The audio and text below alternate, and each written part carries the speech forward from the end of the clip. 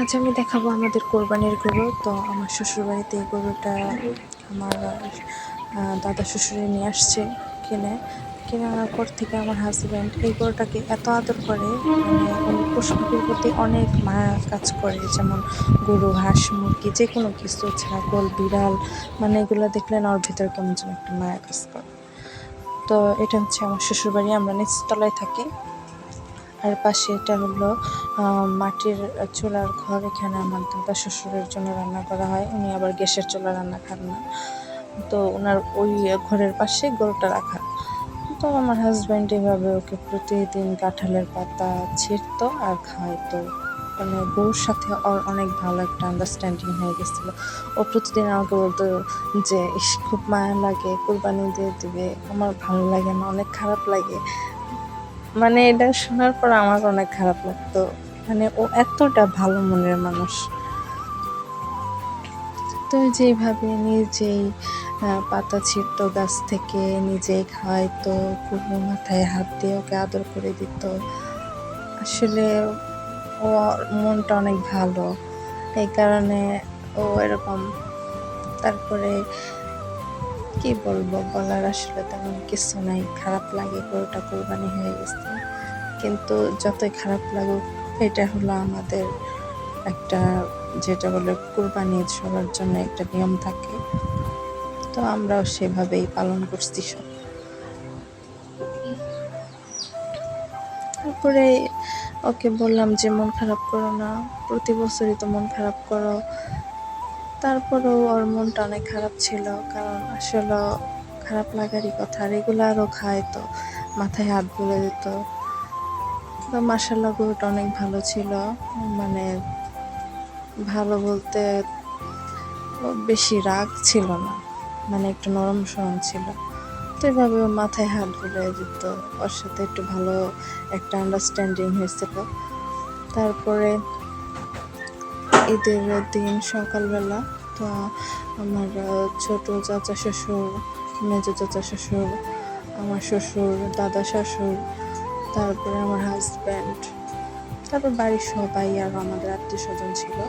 তো সবাই একত্র হয়ে নিজেরাই কোরবানির জন্য গরুটাকে অনেক কষ্ট করে আর কি কোরবানি দেয়।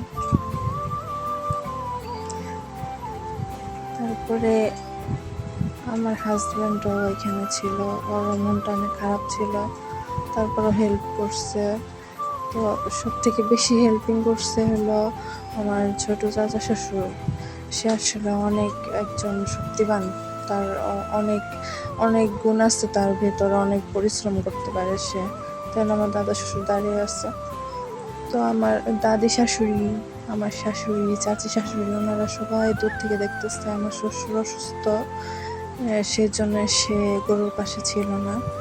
তো আমার ছোট ছোট ভাই আছে এখানে, আমার চাচা মেজো শ্বশুরের ছোট ছেলে, বড় ছেলে, ছোট চাচার ছেলে, বাচ্চা সবাই ছিল এখানে। সবাই দেখতেছিল, প্রতিবেশীরাও যে কিভাবে করে। সবাই আসলে এক্সাইটেড ছিল। কোরবানি ঈদে এটাই তো আনন্দ।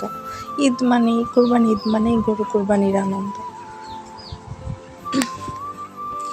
তারপরে এখানে এখন কোরবানি দেওয়া হবে। আমার অনেক ভয় লাগে এগুলা দেখতে, আমি আসলে এগুলা দেখতে পারি না। আমার এত খারাপ লাগছে বলার মতো না।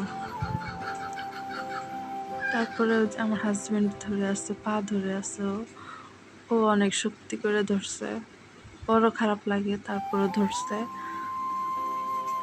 আর এইভাবে আর কি আমি কখনো, আমার অনেক ভয় লাগে, আমি আসলে এখানে থাকতে পারি না, আমার অনেক খারাপ লাগে।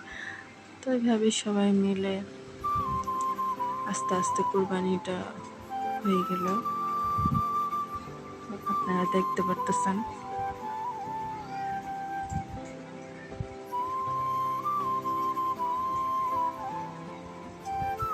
ভালোই লাগে আসলে। ঈদ ঈদ মানে কোরবানি, ঈদ মানে এটাই আনন্দ। সবার মুখে অনেক হাসি ছিল। তো এই ছিল কোরবানির ভিডিও। এখানে আমার শাশুড়ি, আমার চাচি শাশুড়ি সবাই ছিল। তারপরে কেমন করে যেন এগুলা কাটে আমি বুঝি না। আমার কয়েকবার করে ধাপে ধাপে নাকি কাটতে হয়। আমি বুঝি না এগুলা। তো দাদি শাশুড়ি চাকু এনে দেয়, চাকু দিয়ে আবার কি যেন করে, ওটা ঢুকায় রাখে গলাতে। তো এইভাবে অনেক রক্ত রক্ত দেখলে না আমার মাথাটা কেমন যেন চক্কর দেয়, আমি রক্ত দেখতে পারি না। তো এইটা ছিল ফাইনাল। সবাই আত্মীয় স্বজন সবাইকে দিয়ে দেওয়া হয়েছে। তো এই ছিল আমাদের গরুটার ছোট্ট একটা ভিডিও কুরবানির। সবাই ভালো থাকবেন, আল্লাহ হাফেজ।